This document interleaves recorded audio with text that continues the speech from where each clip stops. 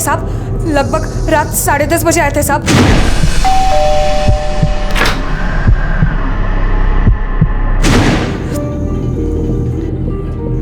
कौन थे वो लोग? पता नहीं मुझे, वो बोले कि जगन साहब से मिलना है। जगन साहब हैं? लेकिन वो थे कौन? साहब मैं कुछ पूछती इससे पहले ही जगन साहब बेडरूम से बाहर आ गए। आप कौन? मायरा, आने दो।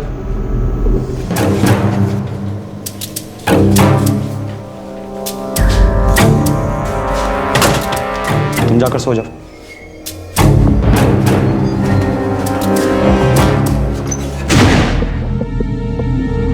उसके बाद मैं किचन में जाके सो गई साहब। थोड़ी देर बाद मैंने चीखें सुनी, जगन साहब की चीखें। बचाओ!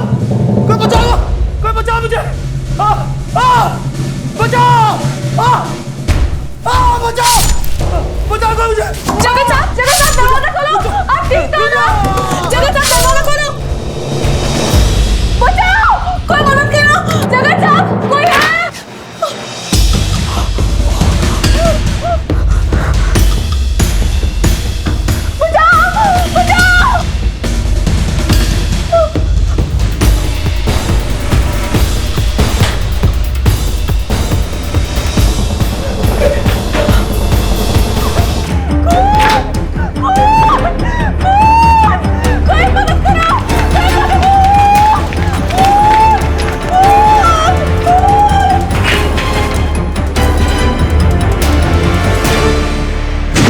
साहब उनमें से एक के हाथ में कुकरी थी साहब, मैं डर गई थी साहब। और उसके बाद हमने पुलिस को फ़ोन किया। आप लोगों में से किसी ने किसी को बाहर जाते या फिर अंदर आते देखा? नहीं साहब, चीखें सुनकर हम सब भागकर यहाँ पर आए, पर किसी को बाहर जाते हुए नहीं देखा।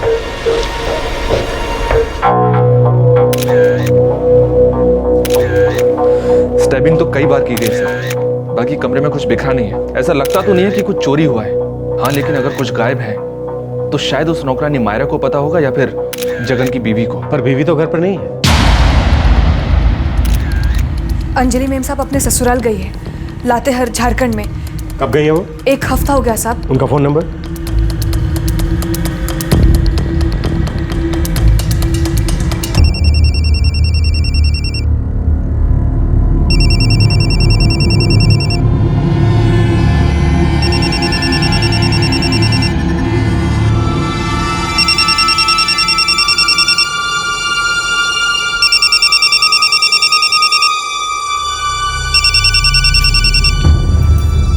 हेलो मायरा, क्या हुआ?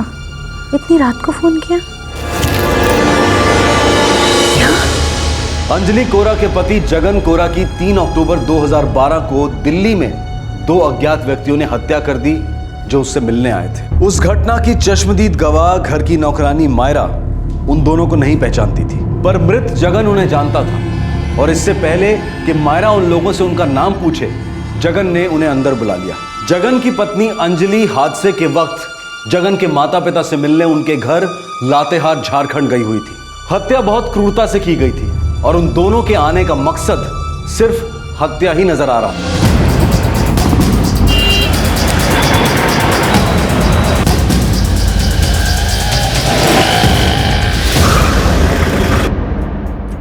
सर रजिस्टर्ड एजेंसी है हमारी। तुम यहाँ की मैनेजर हो? हाँ साहब, अंजलि मैडम के नहीं होने पर सारा काम मैं ही संभालती हूँ। तुम लोग झारखंड से नौकर नौकरानियां बुलवाते हो और यहाँ पर काम पर रखवाते हो? हाँ साहब, पर हमारे रिकॉर्ड्स देख लीजिए, A to Z प्रॉपर मिलेंगे। आप चाहें तो चेक कर लो। मैंने कुछ पूछा नहीं और तुमने सफाई भी देनी शुरू कर दी। चेक तो होगा, सब कुछ चेक होगा। ये जगन कोरा एजेंसी का मालिक था? जी साहब, पर एक्चुअली में सारा काम मैडम ही संभालती हैं।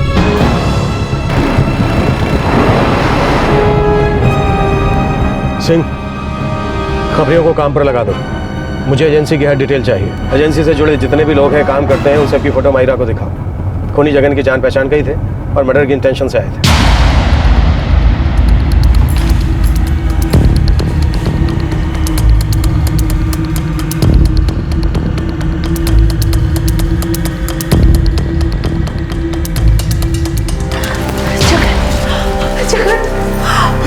जगन, अरे क्या हो गया मेरे बेटे को?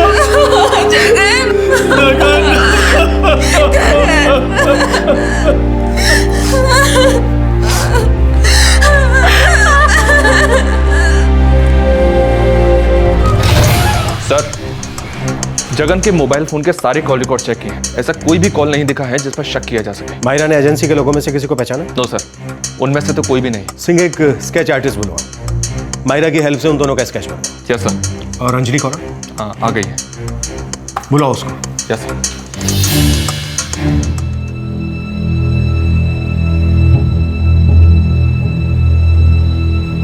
मैं 20 सितंबर को लातेहार गई थी। कोई खास काम था या ऐसे ही? हमारी एजेंसी की नौकरानी को छोड़ने गई थी। वो वहीं लातेहार के पास की ही रहने वाली थी। सोचा छोड़ने के बाद माँ बाबा से मिल लूँगी और सास ससुर के साथ 1-2 दिन रह लूँगी। एजेंसी का काम आप ही संभालती हैं? हाँ, सब काम मैं ही देखती हूँ। वो 2 लोग कौन थे, कुछ बता सकती हो, जो आपके पति से मिलने घर आए थे? कोई दोस्त या दुश्मन? नहीं, मुझे कुछ नहीं पता। आपकी नौकरानी मायरा ने बताया कि जगन उनको जानता था, लेकिन उसने उन्हें पहली बार देखा था। मुझे तो समझ में नहीं आ रहा है कि वो लोग कौन होंगे। जगन का क्या संबंध था उनके साथ? आखिर क्या वजह होगी कि उन्होंने जगन की जान ले ली?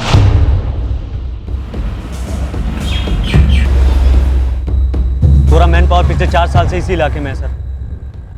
कोई लफड़ा, कोई उल्टा काम वाम होता है वहाँ? नहीं साहब, ट्रैफिकिंग का भी कोई चक्कर नहीं है। अगर कहीं कुछ होता तो पता चल जाता साहब। तो फिर चक्कर क्या है? 2 साल से उसकी बीवी एजेंसी संभाल रही है। उसका तो ध्यान ही नहीं है काम पे। उसको तो अपने और कामों से फुर्सत ही नहीं मिलती। मतलब? पक्का लौंडियाबाज है साहब। अच्छा, और क्या क्या पता चला उसके बारे में? क्या बताऊँ साहब, औरत देखते ही लाट टपकती है उसके मुंह से। घर की नौकरानी मायरा से उसका कोई चक्कर वक्कर? ये तो मालूम नहीं साहब, लेकिन मायरा पिछले 1 साल से वहीं पे है। झारखंड की है वो। जगन और अंजलि झारखंड अपने गाँव से लोगों को दिल्ली में लाते हैं और नौकरी पर रखते हैं।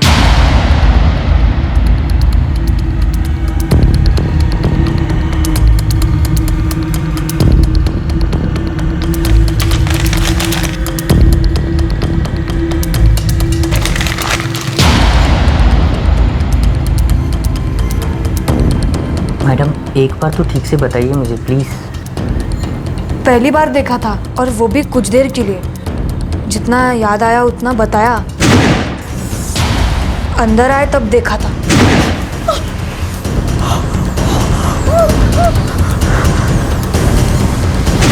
और दूसरी बार जब भागे तब हाथ पैर बहुत कांप रहे थे मेरे। ठीक से देख भी नहीं पाई।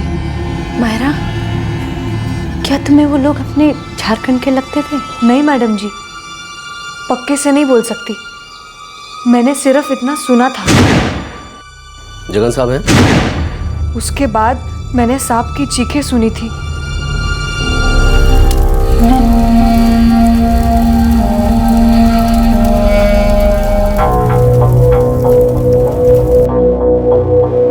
सर, ये मायरा कहीं मनगढ़ंत कहानी तो नहीं बना रही है? हो सकता है। लौंडियाबाज था जगन, कुछ किया होगा मायरा के साथ। शायद बीवी को पता ना हो, अंदर ही अंदर चल रहा होगा। बीवी गांव गई तो खुल के खेलने लगा होगा और फंस गया उसमें। Right sir.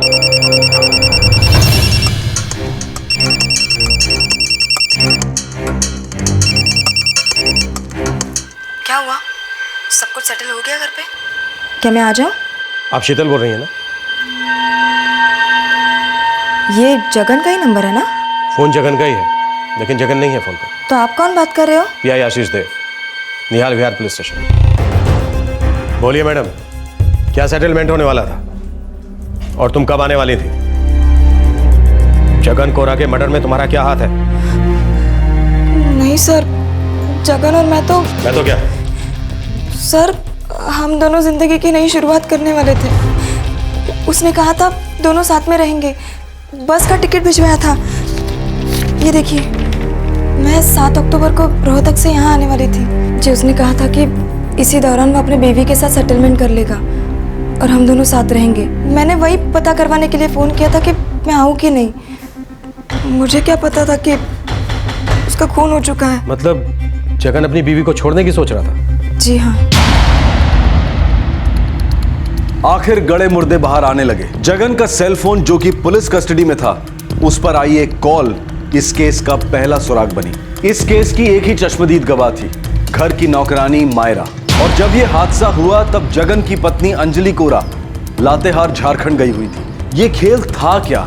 किसने रचा था? कौन सी कहानी बुनी जा रही थी? और किसी ने इस जुर्म की दस्तक सुनी भी थी या नहीं? आपका और आपके पति का रिश्ता ठीक नहीं था,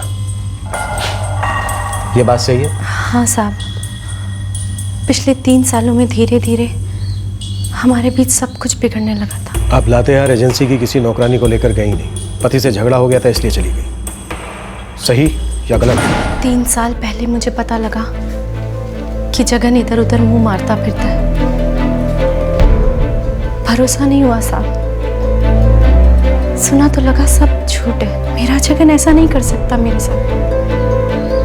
पर फिर देखा, धीरे धीरे उसका काम में मन हटने लग गया। ऑफिस और घर की दोनों जिम्मेदारी मुझ पर आन पड़ी। यहाँ तक कि उन लोगों की जिम्मेदारी भी आ गई जिन्हें हम यहाँ लेकर आते थे नौकरी दिलाने के लिए। साहब मेरे 2 बच्चे हैं, उनके भविष्य का सवाल था। आप लातेहार किसी नौकरानी को छोड़ने गई नहीं थी? नहीं साहब, मैं झूठ नहीं बोल रही हूँ। मैं नौकरानी को साथ लेकर गई थी, उसकी शादी थी, उसे घर छोड़ा था। जगन का इधर उधर मुंह मारना, दिन रात मुझे पीटना, इसकी तो मुझे आदत सी हो गई थी। लेकिन इस वजह से मैं अपनी एजेंसी नहीं छोड़ सकती थी। हम लोग बहुत गरीब थे, जब यहाँ आए थे अपनी मेहनत से हमने छोटी सी दुनिया बनाई। सब कुछ अच्छा चल रहा था, लगा कि हमारे दिन बदलेंगे। लेकिन पता नहीं कब जगन बदलने लगा। वो धीरे धीरे सब कुछ बर्बाद करने पर तुला हुआ था साहब। वो 2 लोग कौन थे जिन्होंने जगन को मार डाला? मैं नहीं जानती साहब, मैं तो यहाँ थी नहीं। वो लोग कौन थे, कब आए, क्या हुआ, मुझे नहीं पता। ये तो जगन ही जानता था कि आने वाले लोग कौन थे। अंजलि गौरा के कॉल रिकॉर्ड्स चेक करो। Yes sir. मायरा के स्केच की कोई लीड? नो सर, अभी तक तो कोई नहीं। इससे मुझे शक हो रहा है, क्या वाकई में जगन के घर 2 लोग हैं? बेटा अंजलि, अब मेरी बात मान तो तुम दोनों बच्चों को लेके लातेहार आ जा हमारे पास रहने के लिए। नहीं बाबा, यहाँ एजेंसी है, काम है, सब कुछ यहाँ तक लाई हूँ, ऐसे छोड़कर नहीं जाऊंगी। लेकिन बेटा तू अकेली। बाबा मैं अकेले सब संभाल लूंगी, पिछले कई सालों से मैं अकेले ही संभाल रही हूँ। जगन का तो पता नहीं कब से काम में ध्यान ही नहीं लगता था। यहाँ रहना सूरज और कोयल के भविष्य के लिए भी अच्छा रहेगा।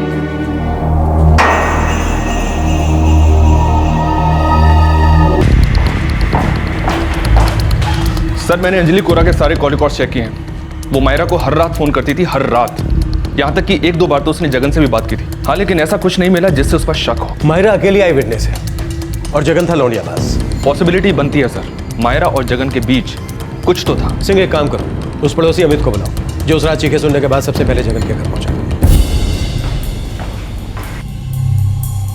अमित, तुमने मायरा की चीखें सुनी और तुम दौड़े चले आए। जी सर।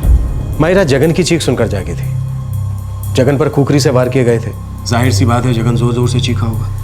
क्या तुमने जगन की चीखें नहीं सुनी? सर चीखें सुनी, तभी तो मेरी नींद टूटी और मैं घर से भागकर बाहर आया।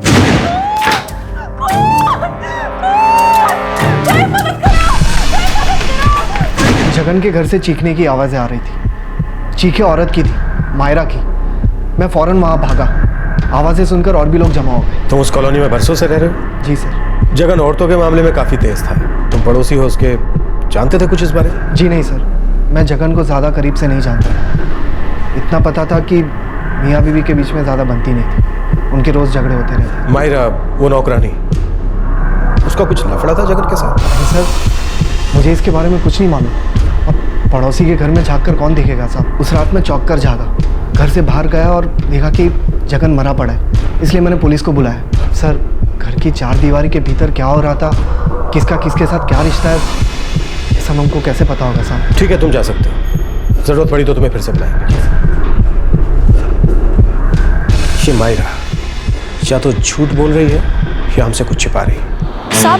साहब मैंने कुछ नहीं किया साहब, मैंने कुछ नहीं किया, मैंने सच में कुछ नहीं किया। क्या? देख मायरा, सच बोलते, सचमुच में 2 लोग थे या फिर तो कोई कहानी सुना रही है? भगवान कसम साहब, 2 लोग आए थे, मैं काहे झूठ बोलूंगी साहब। और कोई क्यों मारेगा जगन को? तू ही बोल, कोई दुश्मनी होगी तभी तो। किससे थी जगन की दुश्मनी? कौन था दुश्मन? उसकी बीवी? सच है ना? बोल। साहब कुत्ते बिल्ली जैसा झगड़ा तो रोज होता था उनके बीच।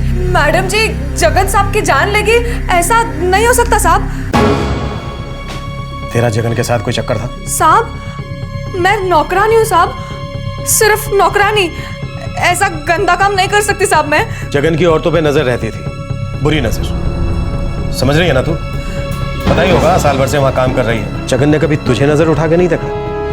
कभी तुझ पे हाथ नहीं डाला? नहीं साहब, कभी नहीं। तो फिर क्यों मार डाला उसे? साहब मैंने जगन साहब को नहीं मारा साहब। मायरा, तू पहले ही दिन से कहानी सुना रही थी कि 2 लोग आए, तूने दरवाजा खोला, उन्होंने कहा जगन से मिलना है। इससे पहले कि तू कुछ पूछती, जगन ने कहा इन्हें अंदर आने दो, और तू जाकर अंदर सो जा। झूठी कहानी है, 100% झूठी। तू मिली हुई थी उन दोनों से, तेरा हाथ है जगन के खून में। नहीं साहब, मुझे नहीं मालूम था वो कौन थे। मैंने पहले उनको कभी नहीं देखा था साहब। मैंने उनको अंदर आने दिया क्योंकि मुझे सब बोला गया था कि उनको अंदर आने दो, इसलिए।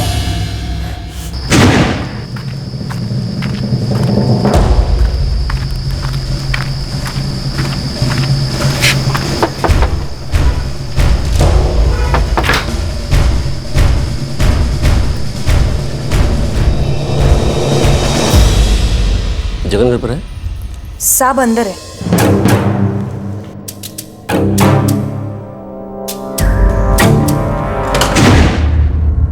भगवान कसम साहब, मुझे बिल्कुल मालूम नहीं था कि वो लोग जगन साहब की जान लेने आए हैं। मैं तो किचन में जाके सो गई थी और जब मैंने चीख सुनी तब मेरी नींद टूटी थी साहब। झूठ क्यों बोला था अब तक? साहब मैं डर गई थी, सच्ची। मुझे लगा था कि मैं फंस जाऊंगी। किसने बोला था उन्हें अंदर आने दो?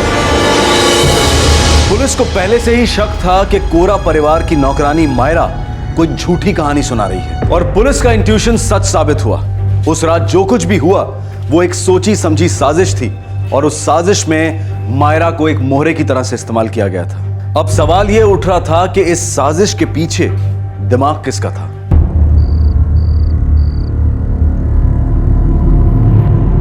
मायरा, 2 लोग आएंगे। जी मैडम जी, कब आएंगे? थोड़ी देर बाद। उन्हें अंदर आने देना, उन्हें कुछ काम है साहब से। ठीक है मैडम जी।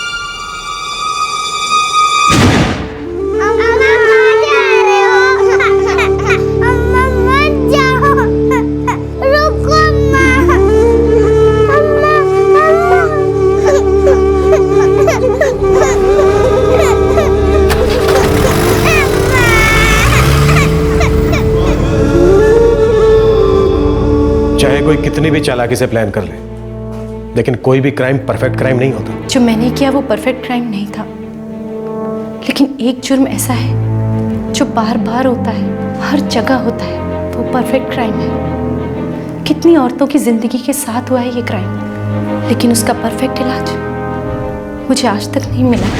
परफेक्ट रिश्ता था हमारा। 6 साल पहले मिले थे हम अपने गांव लातेहार में, और प्यार हो गया।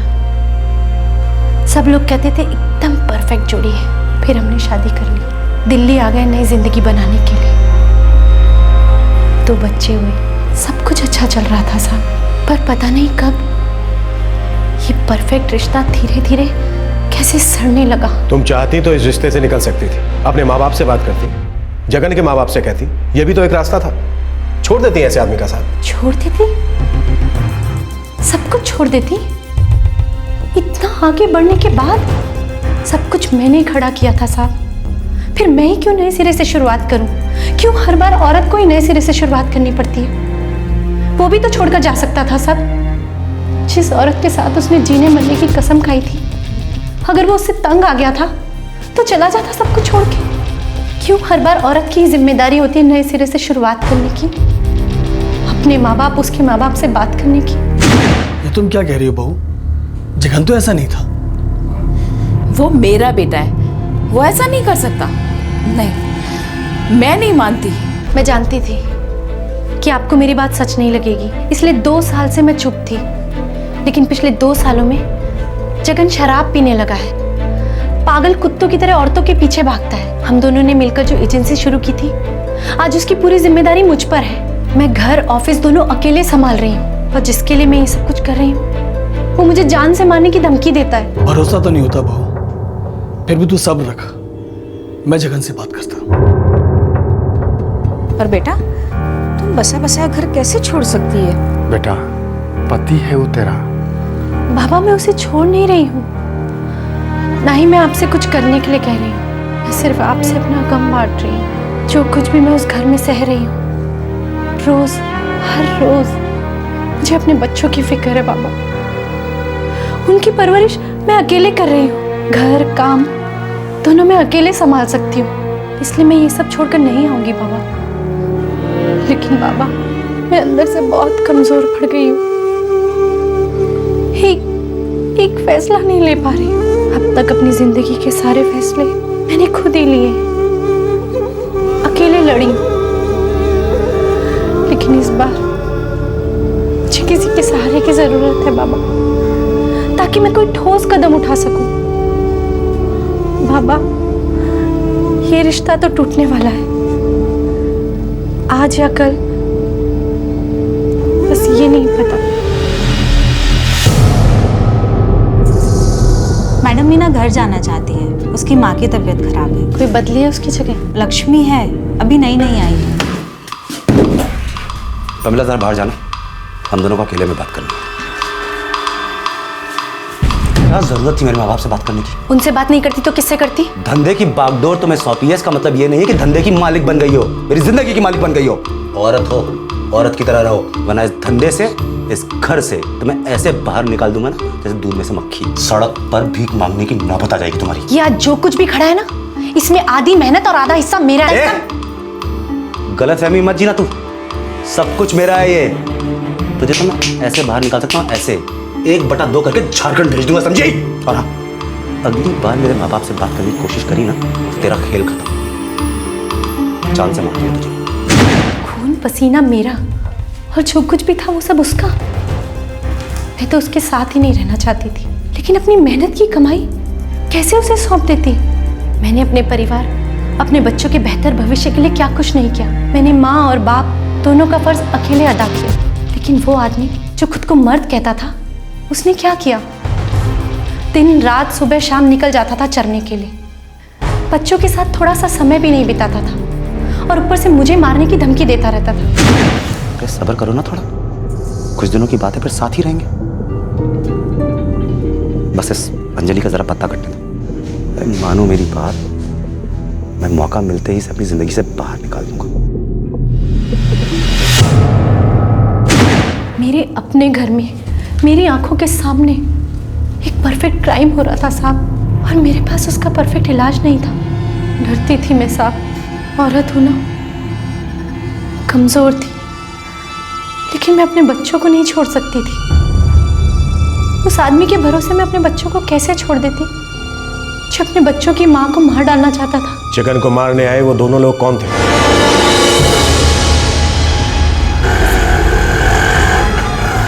अरे इतना टाइम हो गया, आपने बताया क्या नहीं? नहीं जानती थी कि क्या करूं। अरे हम तो कहते हैं कि एक बार जगन से बात करके देखनी चाहिए। आखिर दिल्ली में उसका धंधा जमाने में हम लोगों ने कितना मदद किया, तो हम लोग की बात नहीं सुनेगा? और नहीं तो क्या, ठीक है, मेहनत किया, बड़ा आदमी बन गया, हम लोग आज भी रिक्शा चलाते हैं, लेकिन अरे बचपन में साथ खेले हैं, कैसे नहीं सुनेगा हमारी बात? जगन के माँ बाप ने उसे बचपन से पाला है, अगर वो उनकी नहीं सुनता तो तुम लोगों की क्या सुनेगा? मैं खुद को, अपने बच्चों को और इस एजेंसी को बचाना चाहती हूँ, ताकि मैं ठीक से जी सकूँ, अपने बच्चों को अच्छी जिंदगी दे सकूँ। मैं जगन के हाथों नहीं मरना चाहती।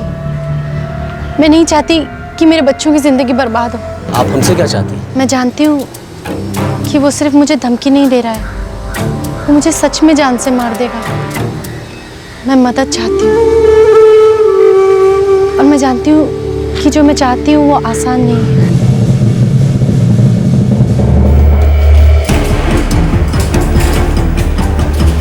मायरा को मेरे प्लान के बारे में नहीं पता था साहब।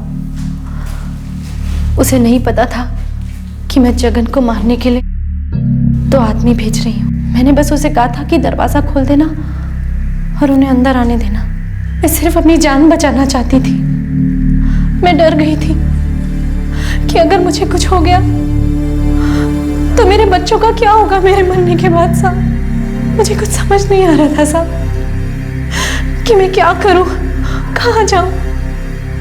मैं जानती थी साहब, मैं जो कर रही हूँ वो गलत है, जुर्म है, लेकिन कोई गलतफहमी नहीं थी साहब। एक परफेक्ट क्राइम है, लेकिन मैं क्या करती साहब? मैं अपनी जिंदगी बचाना चाहती थी, अपने बच्चों को नई जिंदगी देना चाहती थी साहब।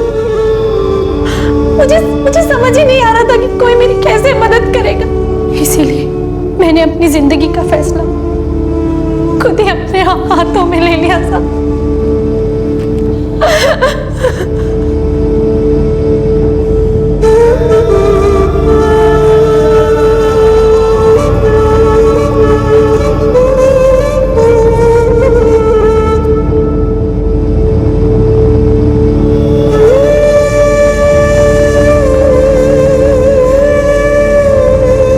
अंजलि और उसके दोस्त महेश और श्यामल पर मर्डर और कॉन्स्पिरेसी के चार्जेस लगे हैं। फिलहाल ये तीनों पुलिस की हिरासत में हैं। मायरा ने महेश और श्यामल को आइडेंटिफाई किया। ये वही दो लोग थे जो 3 अक्टूबर 2012 की रात को जगन के घर पर आए थे और उसकी हत्या की थी। पुलिस चार्जशीट दाखिल करने के प्रोसेस में है। अपने पति के बुरे व्यवहार और बार बार जान से मार डालने की धमकी को अंजलि सहन नहीं कर पाई। अपने और अपने बच्चों के भविष्य की फिक्र ने अंजलि को जुर्म के रास्ते पर धकेल दिया और उसने अपने पति की हत्या की साजिश रची और उस साजिश को अंजाम भी दिया। अंजलि ने जो किया वो जुर्म है और उसे उसकी सजा मिलनी ही चाहिए, लेकिन अंजलि को जो अपने पति के हाथों सहना पड़ रहा था वो भी जुर्म है। दुर्भाग्यवश ये जुर्म कई घरों के अंदर होता है, एक परफेक्ट क्राइम जो कई औरतें चुपचाप अपना नसीब समझकर सहन कर लेती हैं। और अगर घर के बाहर पड़ोसियों को पता भी चलता है तो ज्यादातर इसे उस घर का अंदरूनी मामला मानकर आंख बंद कर दी जाती है। और जब परिवार वालों को और रिश्तेदारों को पता चलता है तब भी अक्सर ये जुर्म रोका नहीं जाता। ये मान लिया जाता है कि समय के साथ सब कुछ ठीक हो जाएगा, हालात सुधर जाएंगे। हमारे आज के एपिसोड की दूसरी कहानी। ईश्वर की सृष्टि में हम सब एक समान हैं। कोई धर्म, कोई फलसफा ये नहीं सिखाता है कि हम आपस में जाति और धर्म के आधार पर भेदभाव करें। भेदभाव करना ईश्वर की सृष्टि का अपमान करना है। हम इंसानों को जन्म के साथ ही तर्क करने के लिए ईश्वर ने विवेक दिया है। विवेक जिसके सहायता से हम दूसरे इंसान को समझ सके, उसके साथ सहानुभूति महसूस कर सके, दूसरे की आवाज़ सुन सके।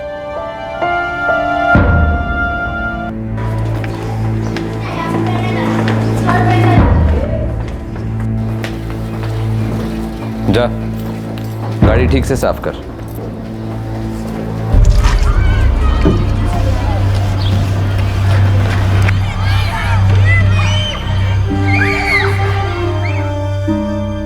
धर्मवीर, आप ये जो कर रहे हैं वो ठीक नहीं है। स्कूल है ये, विद्या का मंदिर।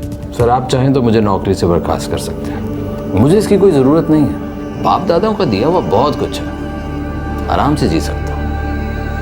लेकिन सर, मेरे जाने से सच्चाई नहीं बदलेगी। ये ऊंच नीच मैंने नहीं बनाई है। बनाई नहीं है तो कम से कम मिटा तो सकते हैं। शिक्षक हैं हम, नई सोच का निर्माण कर सकते हैं। गलत सोच, गलत धारणा को बदल सकते हैं। मैंने गांधी जी की सारी किताबें पढ़ी है, अम्बेडकर साहब की जीवनी भी पढ़ी है, यहाँ तक कि सारा कॉन्स्टिट्यूशन घोल कर पी लिया। लेकिन सच ये है कि समानता वमानता सब ब्रिटिश टाइम में ठीक था।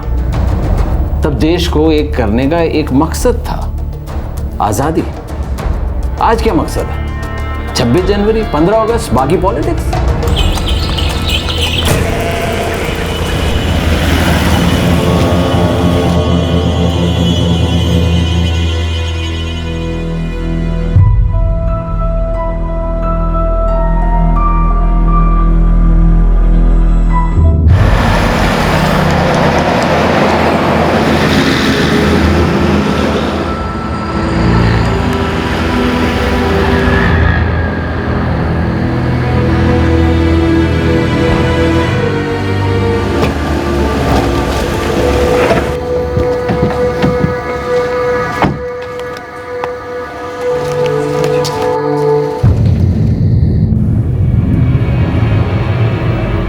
बजे घर से निकली थी, बोल रही थी 7 बजे तक आ जाएगी। उसका फोन भी नहीं लग रहा जी, कब से बंद है। बाबूजी, बीजी, मैं 7 बजे तक वापस आ जाऊंगी, ठीक है? स्कूटी ध्यान से चलाना पुत्र। ओफो बीजी, मैं पहली बार थोड़ी ना चला रही हूँ।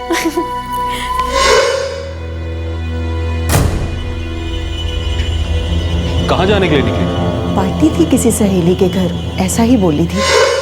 अरे कहाँ जाने के लिए तैयार हो रही है? बीजी सोनिया के घर, आज पार्टी है ना उसके घर। सोनिया वही ना तेरे ऑफिस वाली? हाँ जी बीजी वही। सोनिया को फोन किया आपने? नंबर ही नहीं है साहब। पर सर उसके ऑफिस में हमने फोन किया था, पर 7:30 बज गए थे तो किसी ने फोन उठाया ही नहीं। किस दफ्तर में काम करती है आपकी बेटी ज्योति और उसकी दोस्त सोनिया? करती थी जी, अब नहीं करती। 1 महीना पहले ही नौकरी छोड़ दी उसने। जो महिलपुर में जो एक फाइनेंस कंपनी है वहाँ काम करती थी। आप में से किसी के पास ना तो सोनिया का एड्रेस है ना फोन नंबर? मुझे नंबर तो नहीं है। पर सर जी ज्योति जब भी घर से बाहर जाती थी तो हमेशा टाइम पे वापस आ जाती थी, लेकिन आज वो 8 बजे तक आई नहीं, उसका फोन भी बंद था। तो इन लोगों को ज्यादा चिंता हो रही थी क्योंकि वो कह के गई थी मैं 7 बजे तक वापस आ जाऊंगी। आप कौन? जी मैं हरमेश सिंह, धर्मेर का पुराना दोस्त है सर। अब इसका फोन आया तो मैं चला आया सर। 8 बज गए थे, इन लोगों को बहुत चिंता हो रही थी। मैंने तो कहा भी कि भी आ जाएगी ज्योति, थोड़ी इंतजार कर लेते हैं, और अगर फिर भी नहीं आई तो फिर देखेंगे क्या करना। मुझे ज्योति के पुराने दफ्तर का पता चाहिए। पेट्रोलिंग टीम को भी खबर दे देते हैं। सर आपके पास ज्योति का कोई फोटोग्राफ तो होगा? हाँ जी, ये लो जी।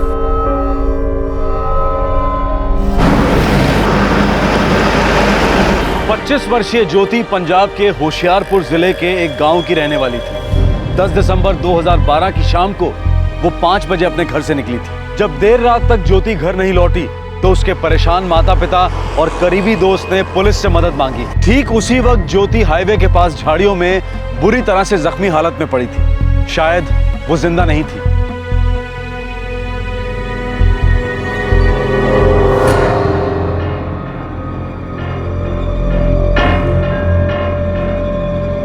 क्या उस शाम कोई दस्तक हुई थी कि कुछ ठीक नहीं है, या फिर ये दस्तक बहुत पहले ही सुनाई दी थी? क्या ये दस्तक सुनी ही नहीं गई, या फिर सुनकर भी अनसुनी कर दी गई? साहब शाम को 6 साढ़े 6 बजे तक सब लोग अपने घर चले जाते हैं। सोनिया मैडम का मोबाइल नंबर है तुम्हारे पास? नहीं साहब, हमारे पास तो किसी का मोबाइल नंबर नहीं है।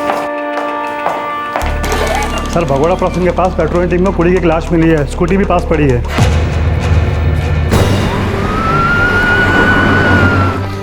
देख उधर जाके चेक कर।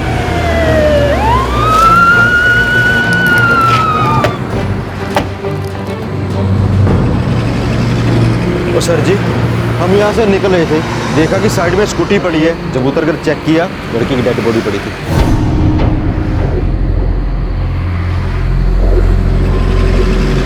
सर लगता है वही लड़की है, ज्योति सिंह।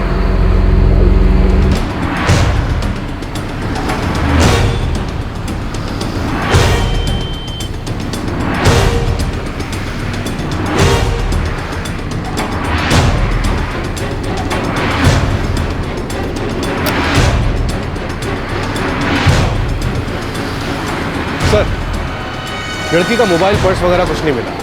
सर पे चोट लगी है, वो भी पीछे की तरफ। एक्सीडेंट लगता है सर। कहाँ है जी? कहाँ है? हमारी बेटी है वो। अंदर पोस्टमार्टम चल रहा है, आप लोगों को थोड़ी देर वेट करना पड़ेगा। आपने ध्यान से देखा है जी, वो हमारी ज्योति है। फोटोग्राफ से शक्ल मैच होती है मैडम। पर जी हौसला रखो, हो सकता है इनको पहचानने में कोई गलती लग गई हो।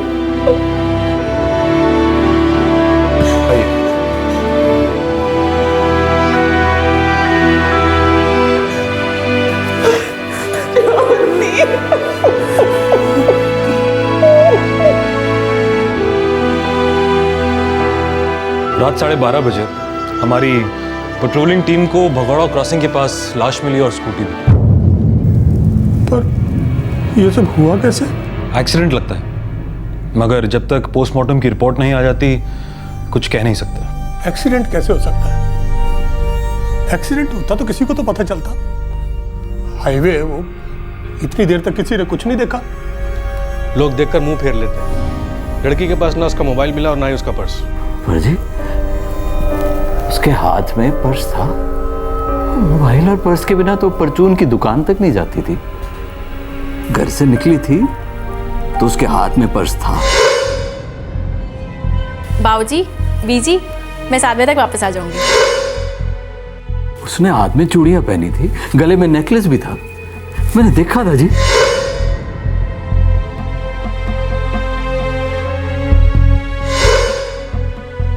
पर हमें तो बॉडी पे कुछ नहीं मिला, कुछ भी नहीं।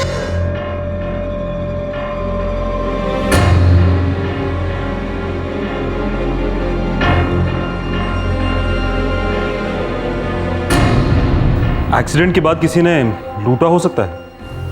6 से 8 के बीच, मौत 6 से 8 के बीच में हुई है। हो सकता है किसी ट्रक ने उड़ा दिया हो। स्कूटी पे डेंट्स भी पड़े थे और फ्रंट मिरर भी टूटा हुआ था।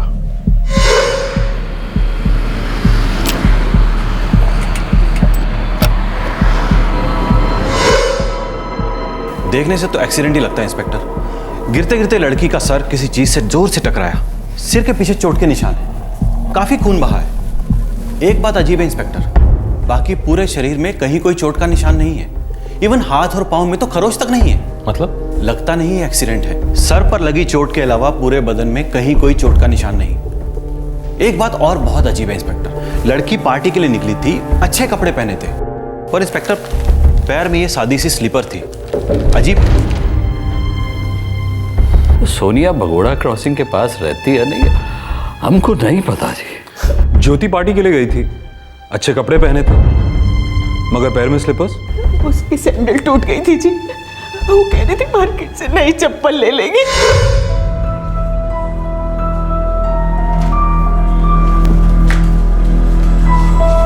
पुत्र, ये क्यों पहन के जा रही है पार्टी पे?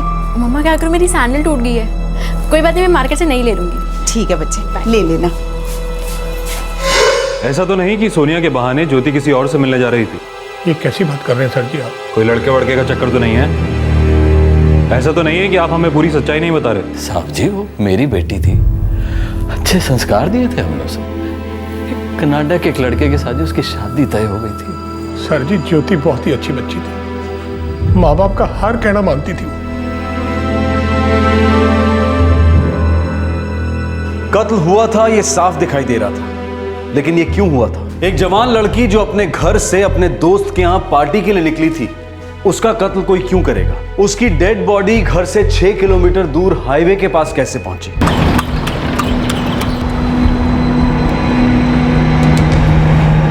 सर, कल सुबह तक लड़की के फोन कॉल रिकॉर्ड्स आ जाएंगे। गहने और मोबाइल दोनों चोरी हुए, पर्स भी चोरी हुआ। घर से 6 किलोमीटर दूर शाम 6 से 8 के बीच में मौत हुई। वो सोनिया की पार्टी में गई भी थी? सर, मुझे लगता है पक्का कोई लड़के का चक्कर है सर। हो सकता है। अक्सर माँ बाप को पता ही नहीं होता कि उनके जवान बच्चे कर क्या रहे हैं।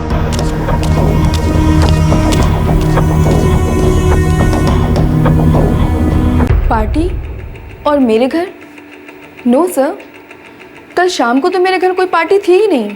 पर ज्योति ने तो घर पे यही बताया था। स्ट्रेंज सर, एक तो ज्योति को जॉब छोड़े हुए 1 महीना हो गया था, और दूसरी बात यह है कि हम एक ही ऑफिस में थे, इसलिए एक दूसरे को जानते थे। बट हमारे बीच ऐसी कोई खास फ्रेंडशिप नहीं थी कि मैं उसे पार्टी में बुलाऊं। और ना ज्योति कभी मेरे घर आई और ना मैं उसके घर कभी गई, तो पार्टी में बुलाना। ज्योति ऑफिस में किसी और से क्लोज थी? हाँ सर, रंजीता की ज्योति से अच्छी बनती थी।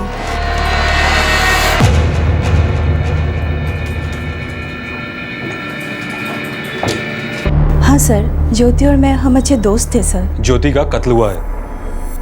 कोई ऐसी बात है जो तुम जानती हो और हम नहीं जानते और हमें जाननी चाहिए? मनीष, हमारा कलीग सर, वो और ज्योति क्लोज थे सर। सिर्फ दोस्ती ही थी या फिर प्यार करते थे दोनों। ये मनीष है ऑफिस में? वो 1 हफ्ते की छुट्टी पर है सर। मनीष का फोन नंबर और एड्रेस?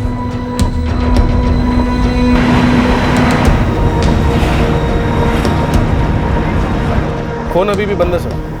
मोतिया गांव का रहने वाला है ये मनीष। मोतिया गांव? वो तो भगोड़ा क्रॉसिंग से 3 किलोमीटर दूर है, जहां से ज्योति की लाश पड़ी।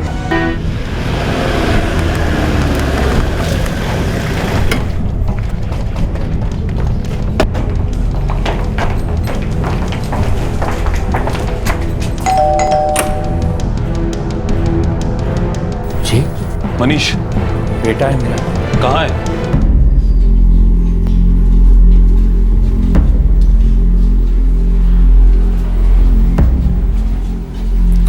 मनीष जी।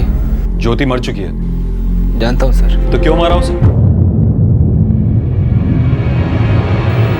मैं ज्योति को क्यों मारूंगा सर? शादी होने वाली थी हमारी आज। मैरिज रजिस्ट्रार से आज की तारीख तय हुई थी। मैं तो कल इंतज़ार करता रहा उसका, आई ही नहीं सर वो कल। पक्का आऊंगी मनीष, मुझे नहीं रहना अब यहाँ।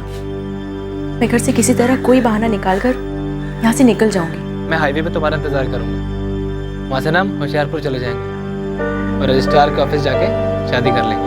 मैं 5 बजे तक घर से निकलूंगी और 6 बजे तक पहुँच जाऊंगी। ज्योति घर से भाग रही थी, घर वालों को ये कहकर कि वो पार्टी के लिए जा रही है। घर पर उसने क्या कहा ये मुझे नहीं पता सर, पर आई नहीं वो। कई बार उसका फ़ोन ट्राई किया, 7 बजे तक उसकी राह देखता रहा सर मैं। आपके द्वारा डायल किया गया नंबर स्विच ऑफ है। The number you have dialed is switched off.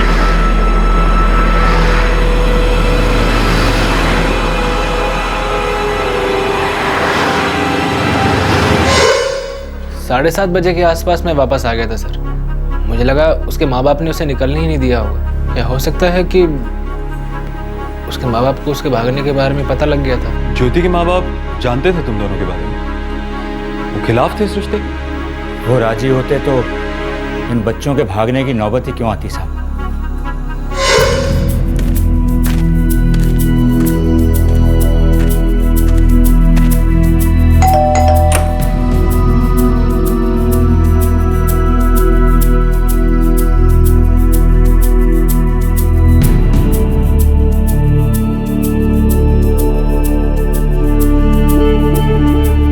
अब तू सबके साथ बैठकर सबके सामने बोलेगी कि तू इस लड़के से प्यार करती है और उससे शादी करना चाहती है। वो बाबूजी, मैं मनीष से प्यार करती हूँ। ये बकवास मैं सुन चुका हूँ इस लड़के और उसके बाप से। हम दोनों एक दूसरे से बहुत प्यार करते हैं, एक दूसरे के बिना जी नहीं पाएंगे। हाँ बाबूजी। और इसकी जात का क्या कुछ सोचा तूने? माना तेरे लड़के के कदम बहक गए थे, माना मेरी लड़की भी बहक गई थी, पर तेरी अकल क्या घास चलने गई थी? यहाँ आने से पहले 2 थप्पड़ क्यों नहीं मारे? समझाया क्यों नहीं इसकी जात क्या है? मेरी लड़की का हाथ मांगने आ गया। देखिए भाई साहब, आप और हम तो पुराने ज़माने के हैं, पर अब ज़माना बदल गया है। और फिर ये दोनों जात पात भी नहीं मानते, इनकी अपनी सोच है और वो सही भी है। अगर हमने इनकी बात नहीं सुनी तो ये रुकेंगे नहीं, और फिर रुकेंगे कैसे नहीं? ज्योति का बाप अभी जिंदा है, आइंदा से मेरी लड़की को आंख उठा के भी देखा ना। निकलो यहाँ से, निकलो यहाँ से। बाबूजी पर। तू अंदर जा। बाबूजी। तू अंदर जा, तेरे से बाद में निपटूंगा। सुना नहीं तूने? चल अंदर। अंदर जा।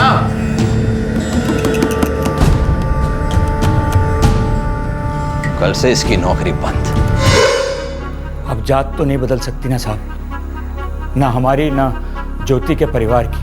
बहुत ऊंची जात के लोग हैं साहब, पर ये बच्चे जिद किए बैठे थे, अड़ गए थे बिल्कुल। एक दूसरे के बिना जीना ही नहीं चाहते थे। उसके बाबूजी ने जबरदस्ती घर पे बिठा दिया, उसे नौकरी से निकलवा दिया। और तेरी ज्योति से शादी नहीं हो सकती थी, इसलिए तूने उसकी जान ले ली। सर मेरी सोच ज्योति के बाबूजी जैसी नहीं है, और ना ही ऐसी सोच ज्योति की थी। हम तो बस सर प्यार करते थे एक दूसरे से, प्यार की भाषा जानते थे सर, साथ चाहते थे एक दूसरे का। हम जानते थे सर अगर हम रुके तो हम दोनों में से किसी एक की जान जाना तय थी सर। इसीलिए सर हमने वहां से भागने का प्लान बनाया।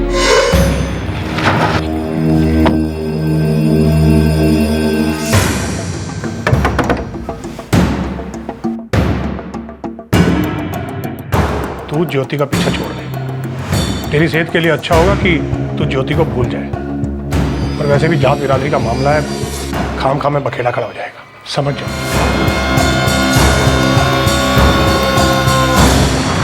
ज्योति, ज्योति यहाँ हम साथ साथ नहीं रह सकते। कितनी भी तरक्की आ जाए इस देश में, कितनी भी नई सोच आ जाए, लेकिन ये दकियानुसी उसी प्रथाएं कभी नहीं बदलेंगी। कोई नहीं बदलेगा इन्हें ज्योति, ये हमेशा ऐसी रहेंगी। कोई बदलना चाहता भी नहीं है। पिछड़ेपन को बरकरार रखने में ना बहुत लोगों का फायदा है, पर तुम्हारे बाबूजी भी ऐसे लोगों के गुलाम हैं। पर हम गुलाम नहीं हैं, हम घुटने नहीं टेकेंगे, हम भाग जाएंगे यहाँ से। पूरी दुनिया पर तो खाप का राज नहीं है ना। प्यार करता था सर उससे, बहुत चाहता था सर उसे। उसकी मौत की खबर सुनी सर, रंजीता से। आखिरी बार जाके उससे मिलना चाहता था सर, एक बार देखना चाहता था सर उसको मैं, लेकिन जाता था सर। मैं अगर वहां पर गया ना तो वो लोग मुझे ही उसके खून का जिम्मेदार मानेंगे सर।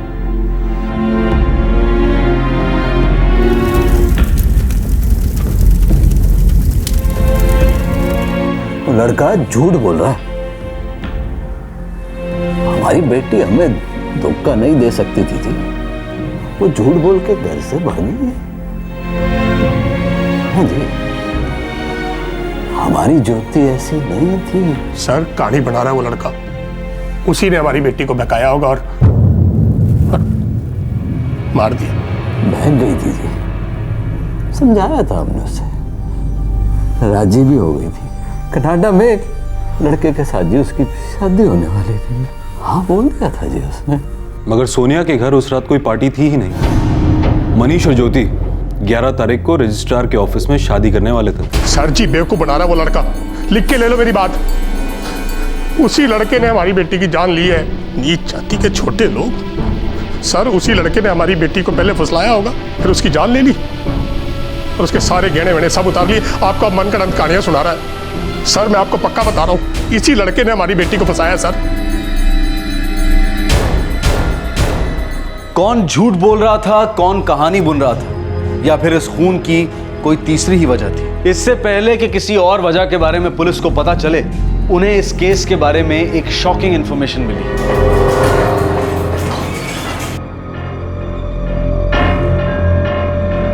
सर ज्योति के फोन पे लास्ट कॉल मनीष का था।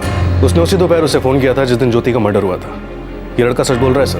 मैं हाईवे पे तुम्हारा इंतजार करूंगा। मैं 5 बजे तक घर से निकलूंगी और 6 बजे तक पहुंच जाऊंगी। और सेल की लास्ट लोकेशन? सुभानपुर गांव, ज्योति का घर। क्या सर? ज्योति का फोन शाम 5 बजे से स्विच ऑफ दिखा रहा है सर। और ज्योति 5 बजे घर से निकली थी।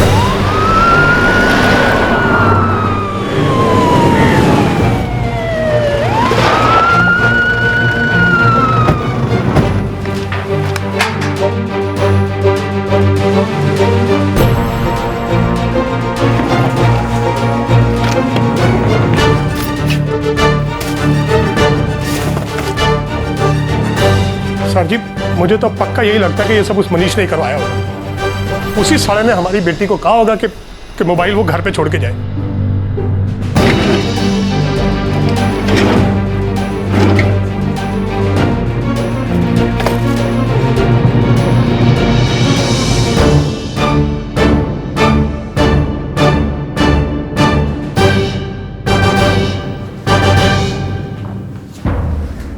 हमारी बेटी ने हमें धोखा दिया। आपकी बेटी ज्योति, उसकी सेलफोन लोकेशन घर थी जब वो घर से भागने के लिए निकली, और उसके बॉयफ्रेंड मनीष की सेलफोन लोकेशन हाईवे के पास थी। मगर ज्योति की डेड बॉडी तो भगोड़ा क्रॉसिंग पर मिली। मामला कुछ गड़बड़ ना। आप कहना क्या चाहते हैं? आप लोगों को सच्चाई अगर पता नहीं लग रही है तो आप हम घर वालों को ही फंसा देंगे क्या? आप परिवार के दोस्त हैं। हाँ हूँ। क्यों? सर खानदानी रईस है धर्मवीर, स्कूल में पढ़ाता है पर शौकी है। उसकी इस आमदनी से उसका घर नहीं चलता। उसका दोस्त रमेश, जरा उसका चिट्ठा निकाल। जी सर। ज्यादा ही उछल रहा है।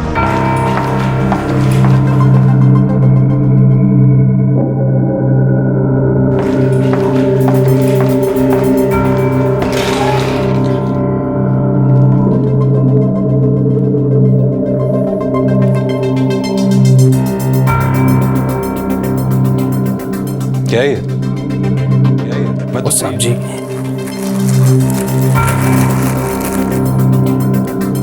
पूरे 1 लाख है जी। आप है ना वो लड़की वाले केस को एक्सीडेंट बनाकर बंद कर दो। आपके लिए तो मामूली सी बात है। देख, मैं तुझसे ये नहीं पूछूंगा कि तुझे किसने भेजा, मगर जिसने भेजा है उसको बोल कि 1 लाख नहीं 10 लाख लगेगा। मर्डर को एक्सीडेंट बनाना इतना आसान काम नहीं है, समझा? ठीक है जी, मैं कल बात करके इंतजाम कर दूंगा। अच्छा जी, नमस्ते।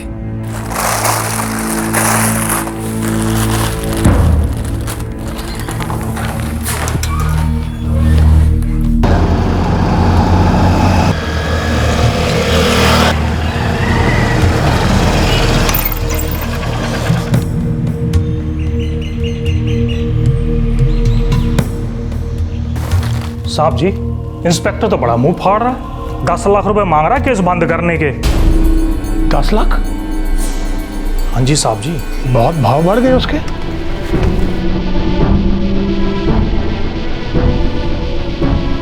तुझे क्या लगता था किसी की जिंदगी इतनी सस्ती है? लोगों का ज़मीर इतना सस्ता है? मनीष तो ज्योति से प्यार करता था। तेरा पंगा क्या है हरमेश से?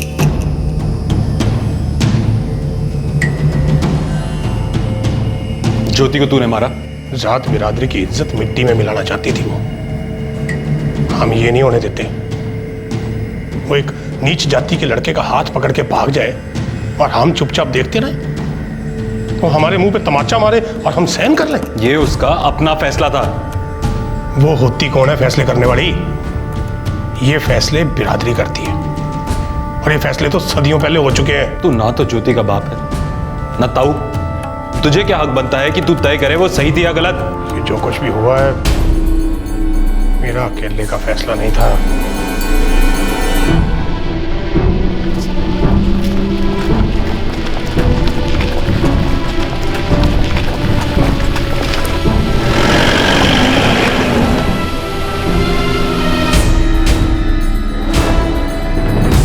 माँ बाप हो तुम दोनों, ज्योति को अपनी मर्जी से जीने नहीं दे सके, उसे जाने भी नहीं दे सके। उसे ऊंच नीच की कदर नहीं थी, रोकना जरूरी था। उसकी जान लेकर, अपनी खुद की बेटी की जान लेकर हम जिंदा छोड़ देते तो क्या बिरादरी छोड़ देती? भाग के जाती कहां?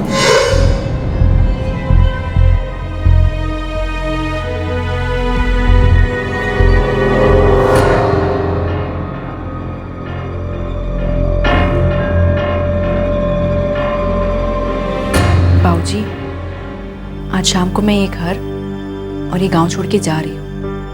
आपकी यहाँ पे बहुत इज्जत है, बहुत मान है। हम दोनों इतनी दूर चले जाएंगे कि आपकी इज्जत पर कोई आंच नहीं आने पाएगी। बाबूजी, इसको फाड़ने से क्या होगा? वो सिर्फ एक कॉपी है। आप ये मत सोचिएगा कि मैं यहाँ से भागने वाली थी। मैं जो भी करती आपको बता के करती, आपसे छिपा कर नहीं। बेशरम, तुझे पता भी है क्या कह रही है तू? पूरी दुनिया में तुझे वो एक ही लड़का मिला, वो भी नीची जात वाला?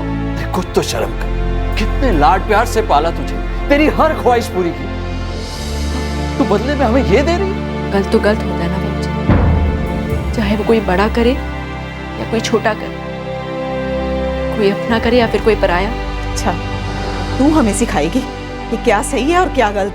मैं आपको कुछ सही गलत नहीं सिखा रही। सीखना ना सीखना ये आपके हाथ में है और वक्त सबको सब कुछ सिखा देता है।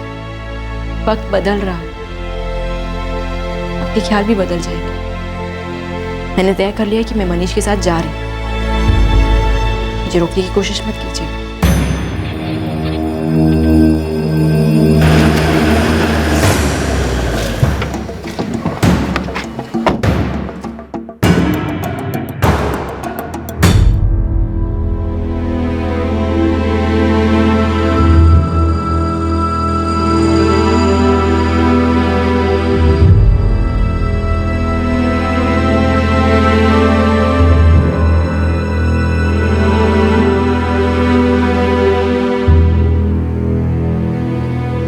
जी बाबूजी, मैं जा रही हूँ।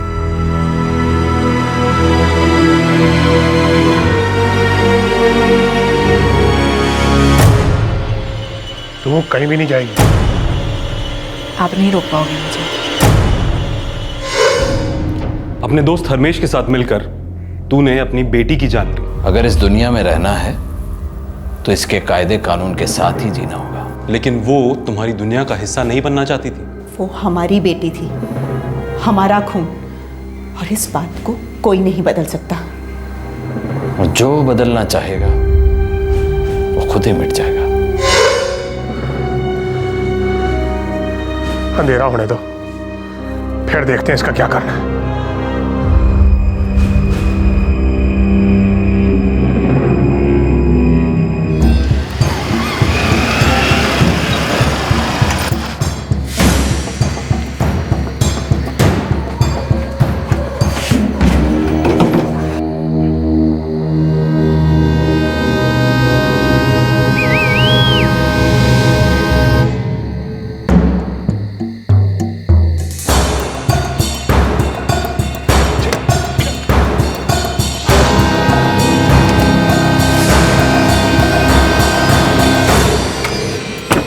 जर्नल तू स्कूटी लेके आ। सतेंद्र तू सेंट्रोज पे, हम लोग मेरी गड्डी में चलते हैं।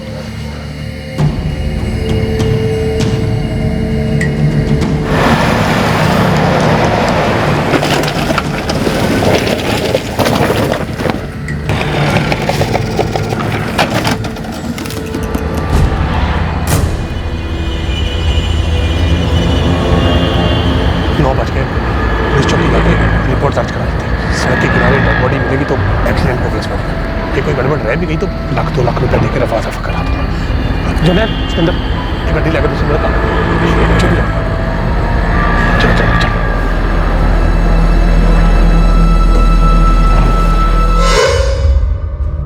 बेटी की जान लेकर कौन सी इज्जत बच गई? जिंदा रहती तो इज्जत मिट्टी में मिल जाती।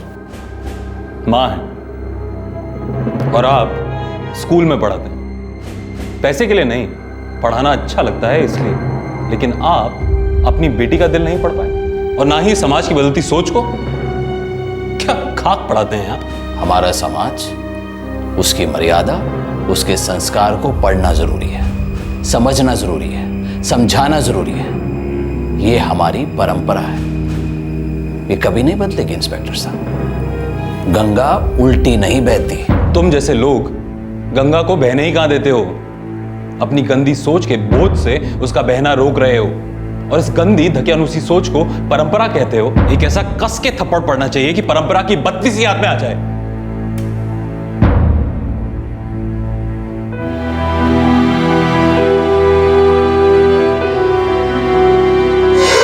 हम यहाँ साथ साथ नहीं रह सकते। कितनी भी तरक्की आ जाए इस देश में, कितनी भी नई सोच आ जाए, लेकिन ये दकियानुसी प्रथाएं कभी नहीं बदलेंगे। कोई नहीं बदलेगा इन्हें ज्योति, ये हमेशा ऐसी रहेगी। कोई बदलना चाहता भी नहीं है। पिछड़ेपन को बरकरार रखने में ना बहुत लोगों का फायदा है, और तुम्हारे बाबूजी भी ऐसे लोगों के गुलाम हैं। पर हम गुलाम नहीं हैं, हम घुटने नहीं टेकेंगे, हम भाग जाएंगे यहाँ से। पूरी दुनिया पर तो खाप का राज नहीं है ना।